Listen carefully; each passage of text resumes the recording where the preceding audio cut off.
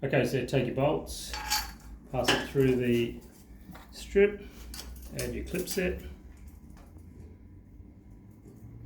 take it through till it's about 1 or 2 threads through.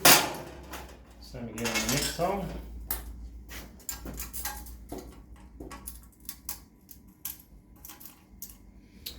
Then pass your clips through the load bars, like so.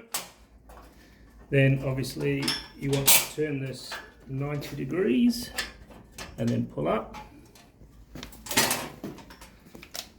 while applying a bit of upwards pressure.